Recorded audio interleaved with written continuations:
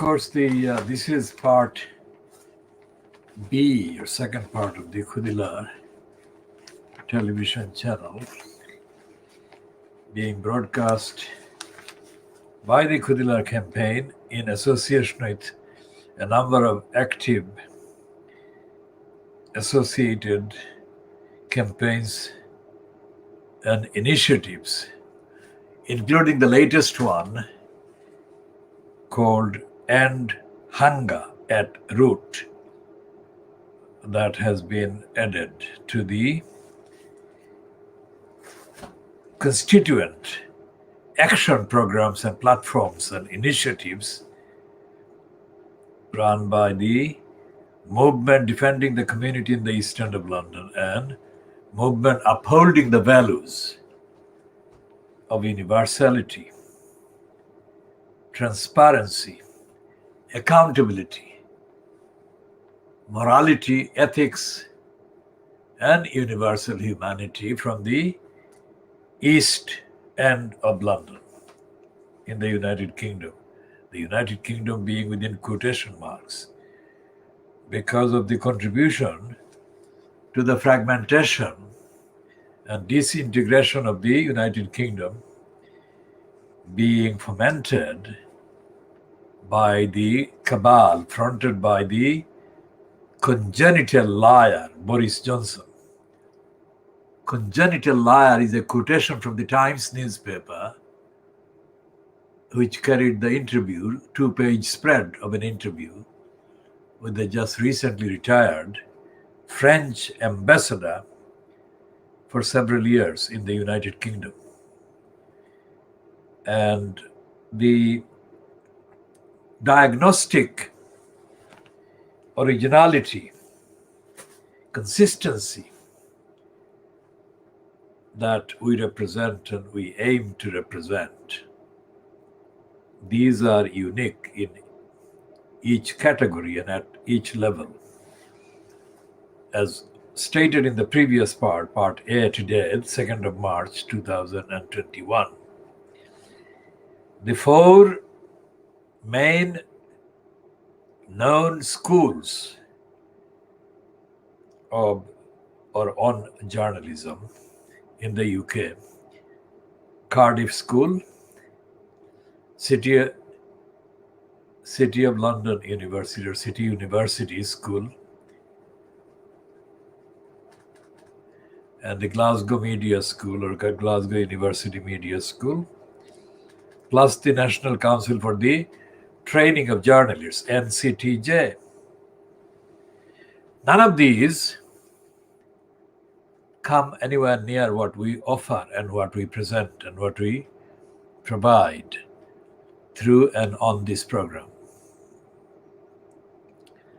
And we say that because we have studied the contents, the modes, methodology, and the agenda of all of those four, plus the small operations run by Oxbridge, that is in the universities of Oxford and Cambridge and their affiliated colleges, don't come anywhere near offering the contents or the quality or the standard that we present.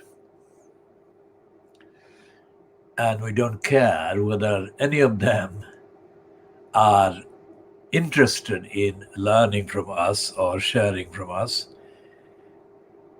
because the actual test of our endeavor is to see that we are posting and publishing and going on the record with the contents that we are doing, on the dates and the times that we are doing. And this is, of course, the time of the lockdown and the virus. Now, the term virus has now added meaning and significance to it because of the varieties of implications and impacts caused by the COVID-19 virus. And all the other virus of sickness and backwardness and darkness and ignorance have been given an impetus in terms of perception and in terms of outdated perceptions about the viral stupidity and the viral darkness and lack of truthfulness that had already beset the various institutions, operations and agencies and symptoms of the so-called British Empire and the imperial past. As Boris Johnson comes apart every time and is openly called a congenital liar by the ambassador of the French Republic, it needs no extra qualifying statement as to the depth of darkness and immorality that actually dominates this society, within quotation mark society. Because society was denied, the existence of society and all the implications of society were brazenly denied by the witch, Margaret Thatcher.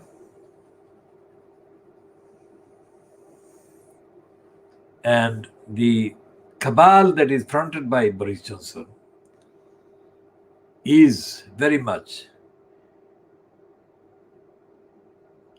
into and predisposed to getting into the position of darkness that is typified and was personified by Margaret Thatcher. Any student of formal British politics will have to admit that the fact that Margaret Thatcher was a part of the British establishment and a British state power was proof in itself of the darkness that bedeviled and beset and blighted society on these isles. And the Labour Party has not existed at any of these times. The founding aims of the Labour Party were flouted very early on, and with rare exceptions, the Labour Party never came to power. Think about what we're saying. This is not a lazy phrase. Labour Party never came to power. Of course, Labour linked, Labour name and card carrying personnel, quite apart from Clement Attlee. Leave Clement Attlee aside. So the next one was Harold Wilson and was followed by the crassest racist James Callaghan. And then, of course, Tony Blair. After 13 years, it was Tony Blair, and then followed by the most corrupt racist from Scotland to be at the front of the Labour Party, Gordon Brown. Now, every assertion, like the most corrupt racist from Scotland, Gordon Brown, is based on evidence of his racist behavior and corrupt behavior. Because he was part of the corrupt duo, the pair of crooks that took over the Labour Party's frontage, Brown and Blair. With slight modifications, Blair also came from Scotland.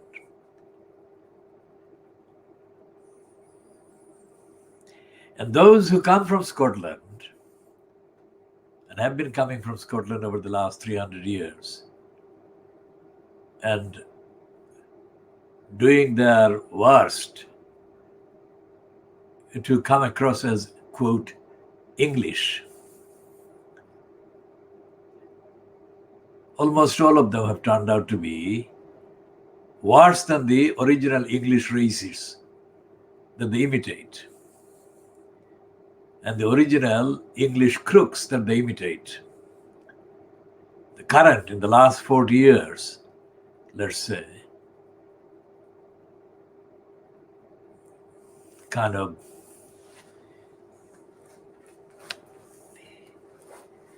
pretenders include, of course, Gordon Brown, Tony Blair, and on the other side of the so-called national divide,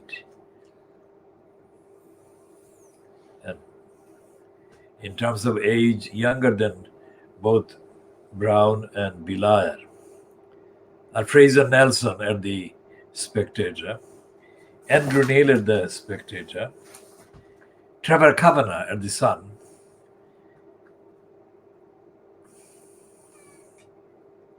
Andrew Marr on the BBC, and so on. And of course, other politicians like Malcolm Rifkind and other criminals. So when I say criminals, I don't say criminals because there is a lack of an alternative word that would be, quote, more appropriate.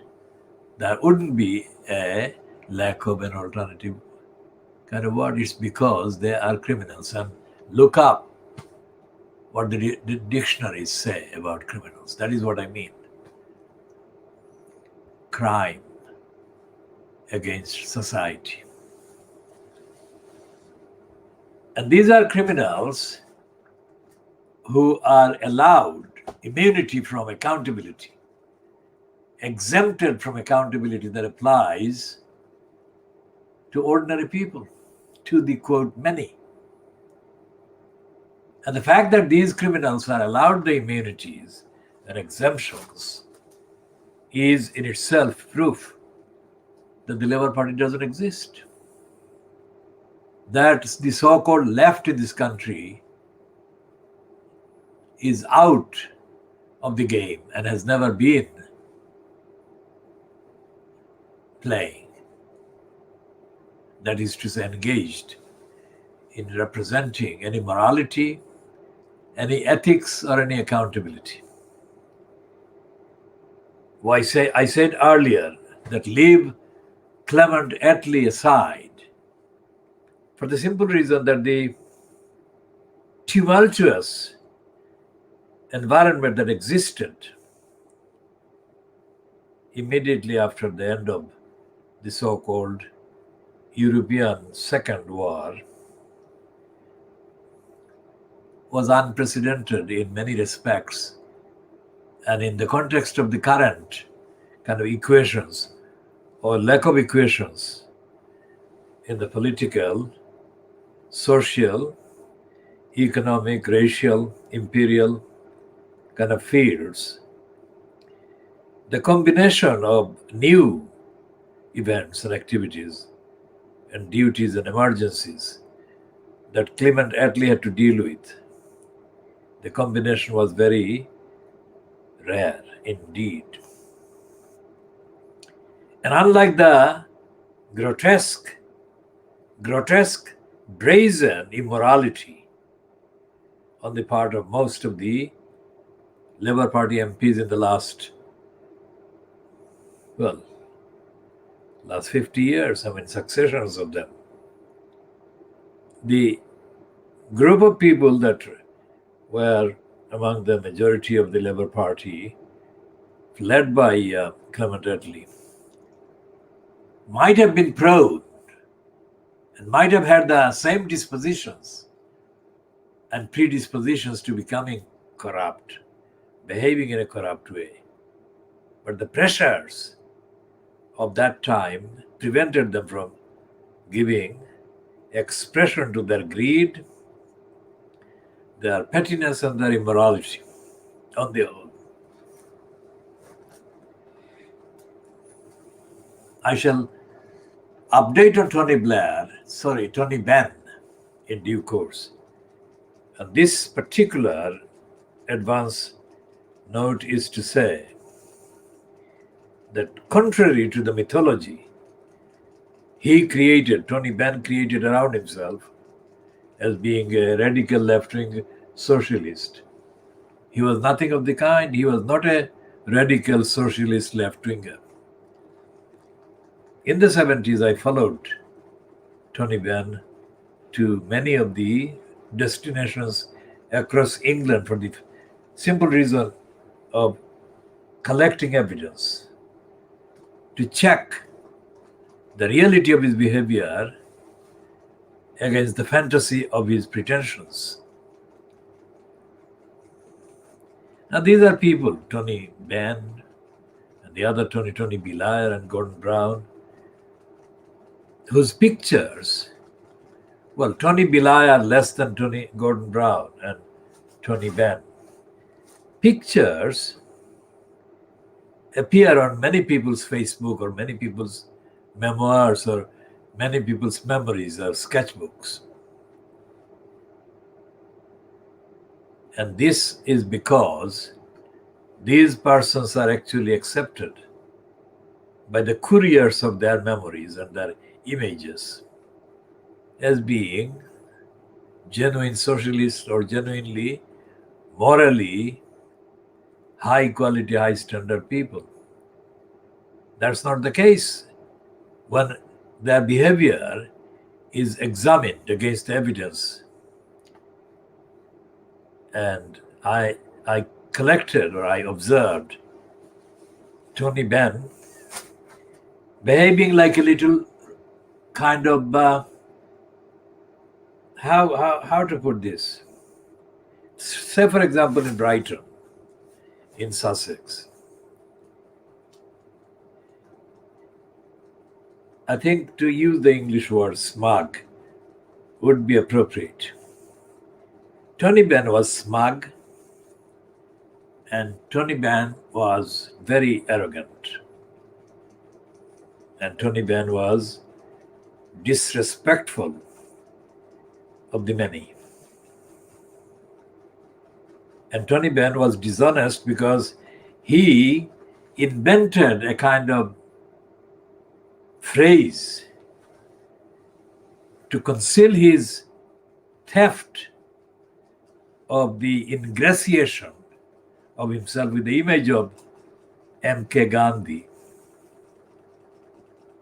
in such a way that you would take a special series of projects to find that. But I instantly recognized the corruption in Benn's contrivance around M.K. Gandhi. Because in various accounts, Gandhi was asked about British civilization or Western civilization or something like that.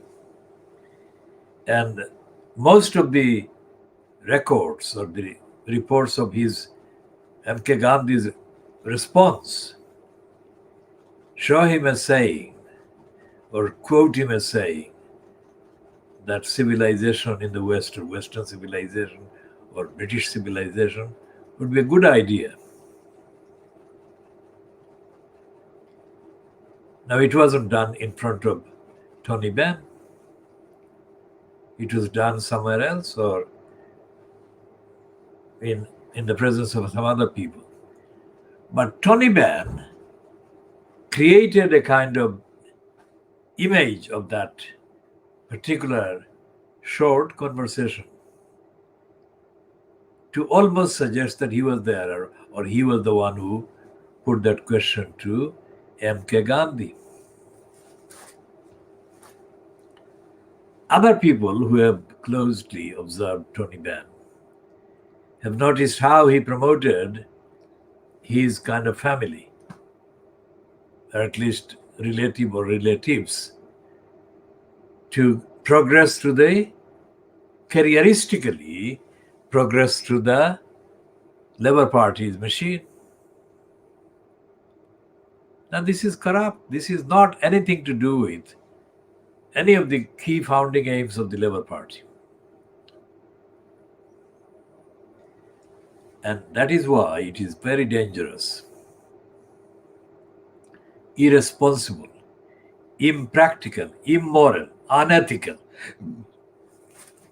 and in the long run, totally counterproductive and unhelpful to the founding of a fair society if people promote themselves and their careers by saying that they have to do it because nobody else will be doing it.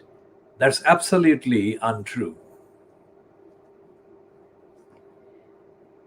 And so when you look at the accounts of his, financial accounts of his life, you can find that he was very well off.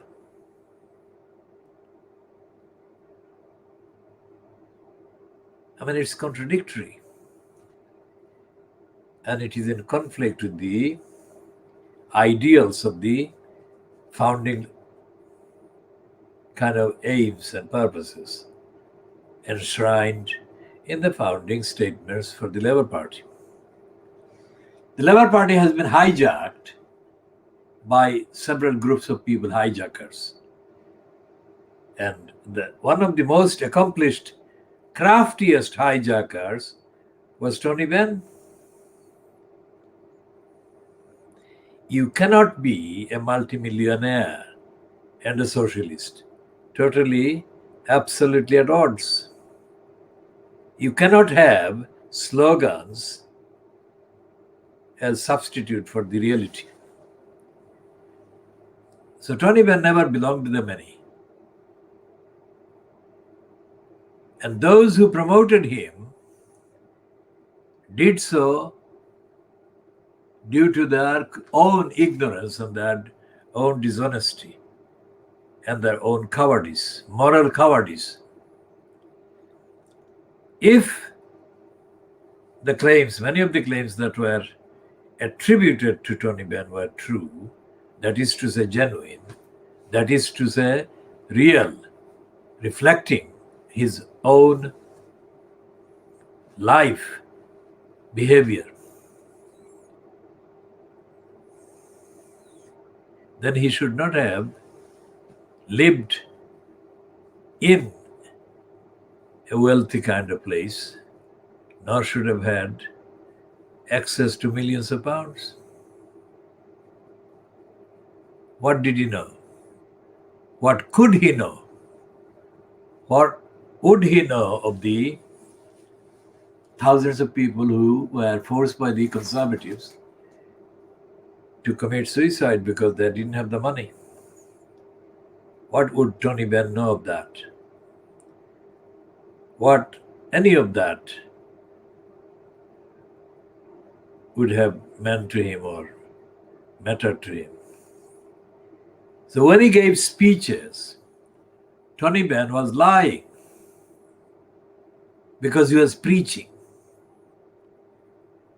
Tony Benn was preaching as opposed to fighting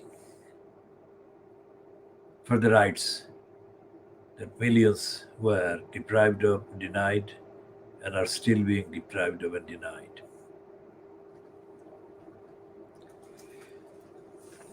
And it's a very crafty legacy that he left for his children.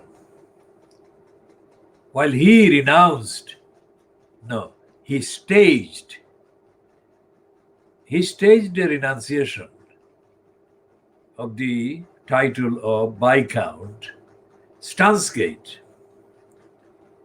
as a calculated move to fool the many and to appeal to the gullibles that he was a man of the people, the many people who shunned his place in the House of Peers in order to be able to speak for the people. Now, if he could do that, he should have done that by saying that after his death, none of his children should be allowed to sit in the House of Peers. which is what is happening now with Stephen. Now, Stephen personally told me in the mid-1980s that I, Muhammad Haque, would end up in the House of Peers. I didn't prompt him, but as a result of the various conversations with me, he concluded that I belonged in that group, that I should be in the House of Peers. He is in the House of Peers now, but not me. Now, he obviously made an assessment of me as being of the limited ambition and the limited horizon. And so he thought that the height of my achievements would be a seat in the House of Peers. Now, that was in the 1980s, between the years 1983 to whatever. So count the years.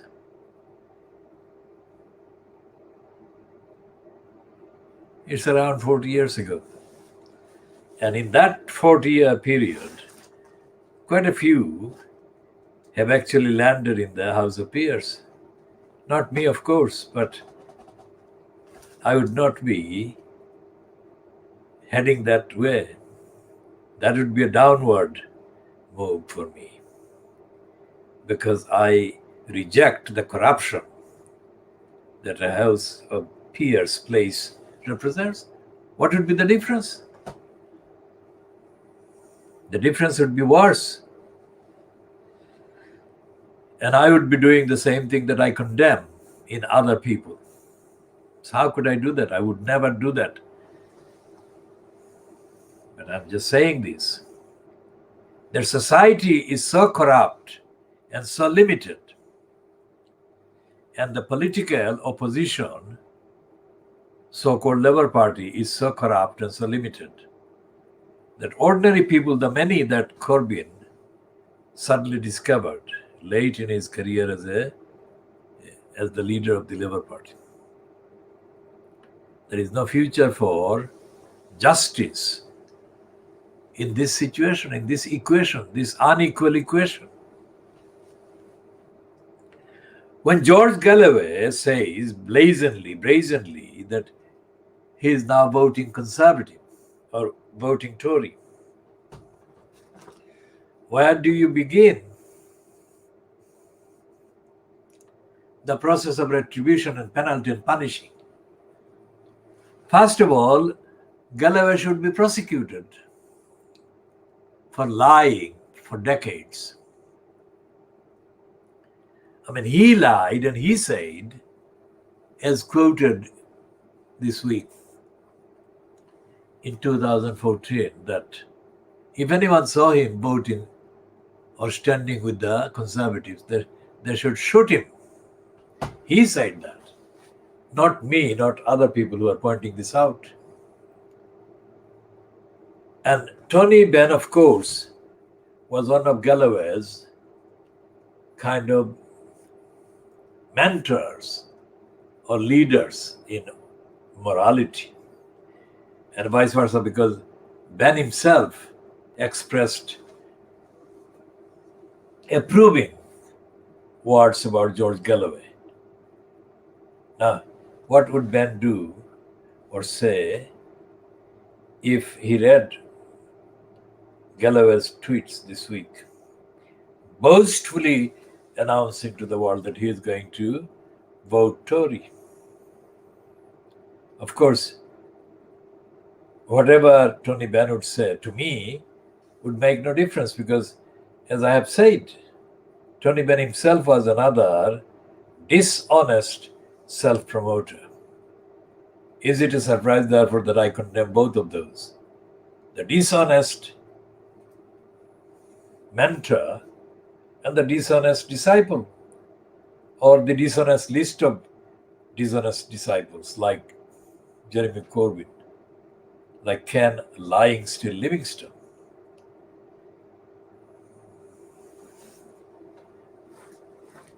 One of the racists who I think married a Vietnamese woman and was one of the early frontbenchers in the Labour Party's parliamentary team when Tony Blair was the leader.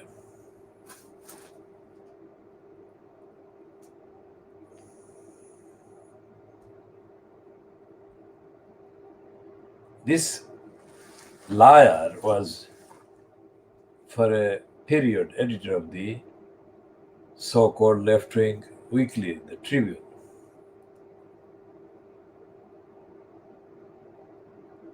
I had run-ins with this liar and racist.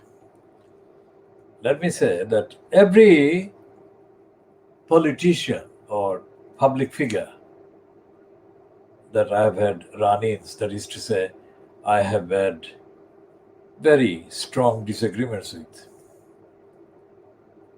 they have all of them have and do have and have had common elements among them.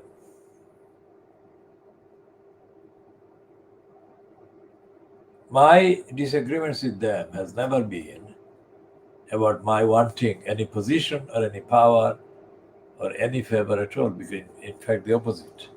I don't want favors and I don't need favors. Never have done.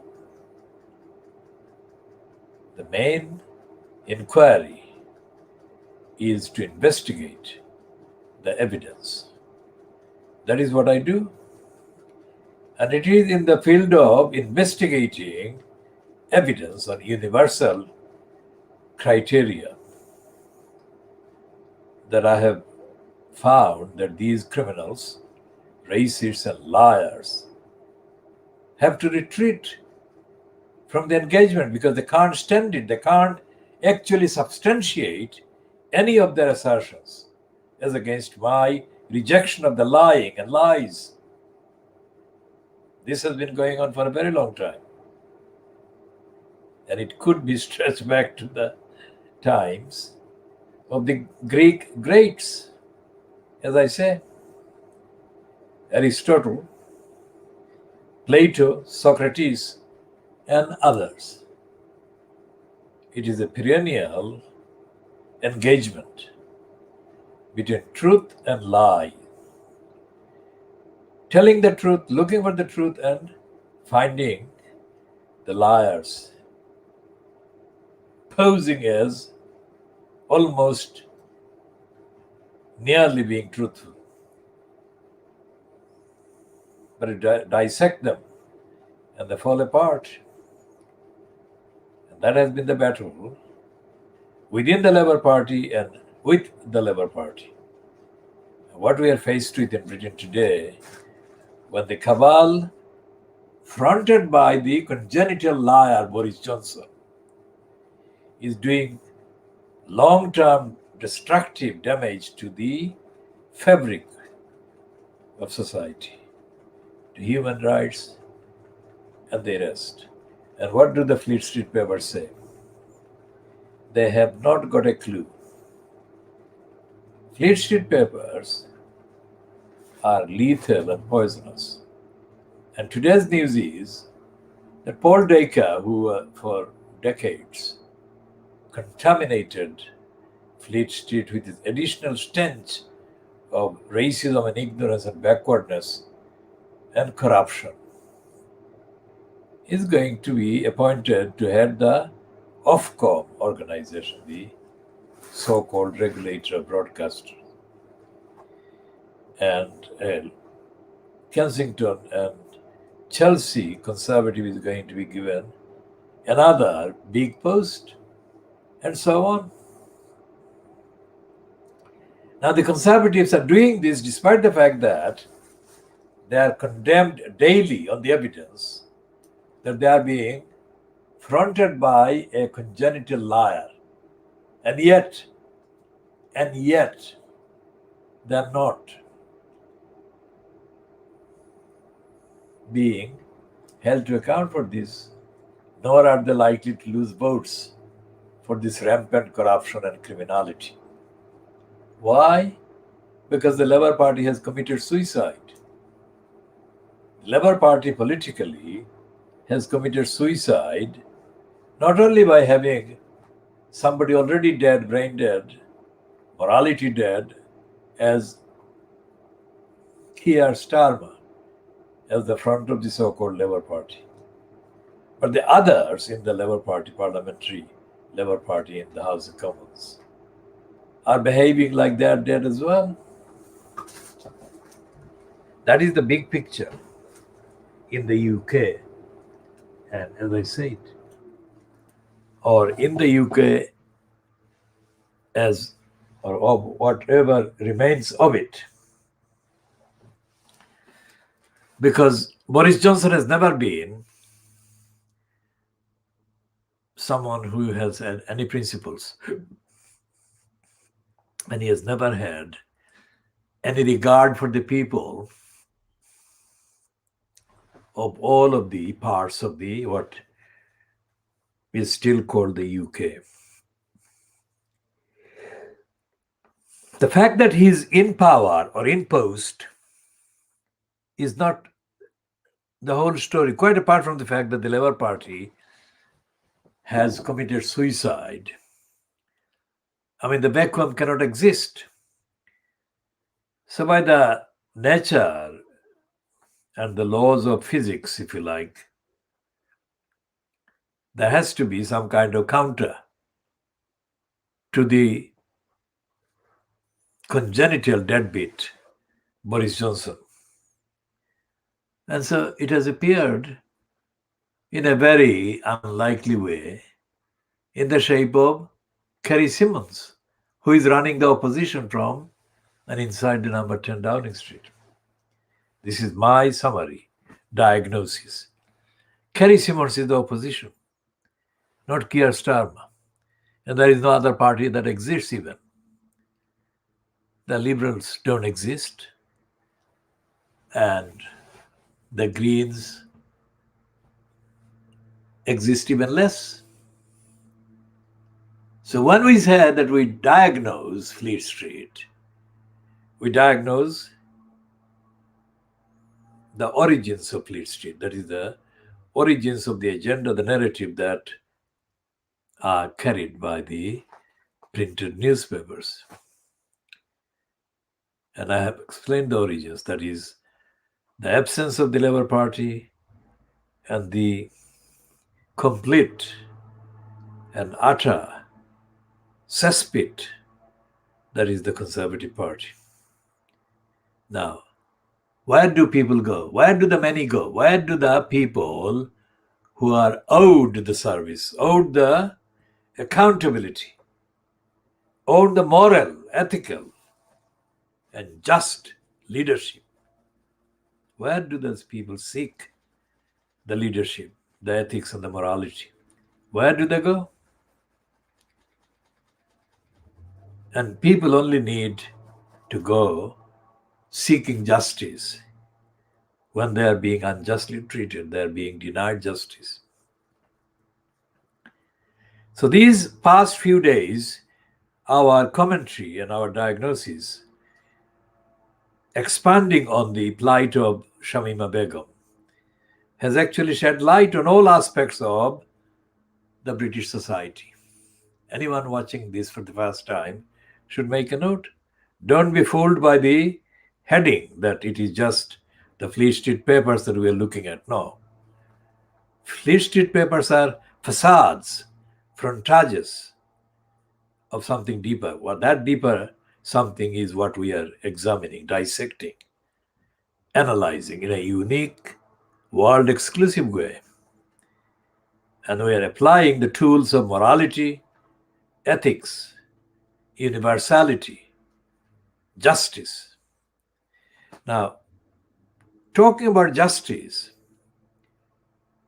anyone who is familiar with the kind of behavior of the various stages and various levels of courts in the UK, that is London or in England, anyone who is familiar, really familiar, not in a kind of artificial way, but seriously on a sustained basis of observing, deeply observing the behavior, would know that the courts in England, the courts of law in England, are completely misleading frontages of the claim that there is somewhere in the court bureaucracies hidden from ordinary kind of view the promise of justice, that if you search hard enough, if you push hard enough, if you go through the court system or the court bureaucracy cleverly enough, then justice would arrive in front of you. Let me say this. This is the biggest, the most corrupt kind of view. Justice does not exist in the courts or through the courts. No way. There are two things. One is that those who can buy the time and the service of the court system or the court bureaucracy, they can create a kind of image. They create a fantasy image about doing or looking for justice. And those who can't afford to buy those, like the people pushed into poverty and kept in poverty, of course, are given the mirage, the false hope over there just beyond the horizon. And they can chase after the mirage. And they can be told any kind of lies by saying that there is justice waiting for you in the courts. There is not. The courts bureaucracies are a very well rehearsed serial series of deception and denials. So justice for Shamima Begum is not going to be available through the court system anyway. But our campaign has started on the campaign now. We knew the limitations of the court system and the bureaucracy and the legal so-called process right from the word go. But we didn't publicly declare a campaign because we wanted the series of the games to be played, and those games have been played already now up to the Supreme Court. So here is the time to invent, find, create the justice for Shamima Begum and her 4 friends. None of these discussions that we are offering and the comments and observations and analytical statements, factual statements, historical connections that I have made will be found in any of the newspapers. Because, for example, the statement about Kerry Simmons is not interpreted, given the interpretation that I have given, which is the correct interpretation, that she is the leader of the opposition. Of course, it is a farcical leadership, but that is the reality. There is no opposition in the House of Commons to the Boris Johnson-fronted cabal. By the cabal, I mean the likes of even Michael Gove, despite the fact that the owner of Michael Gove's soul, Rupert Murdoch, has himself been trying to separate Gove from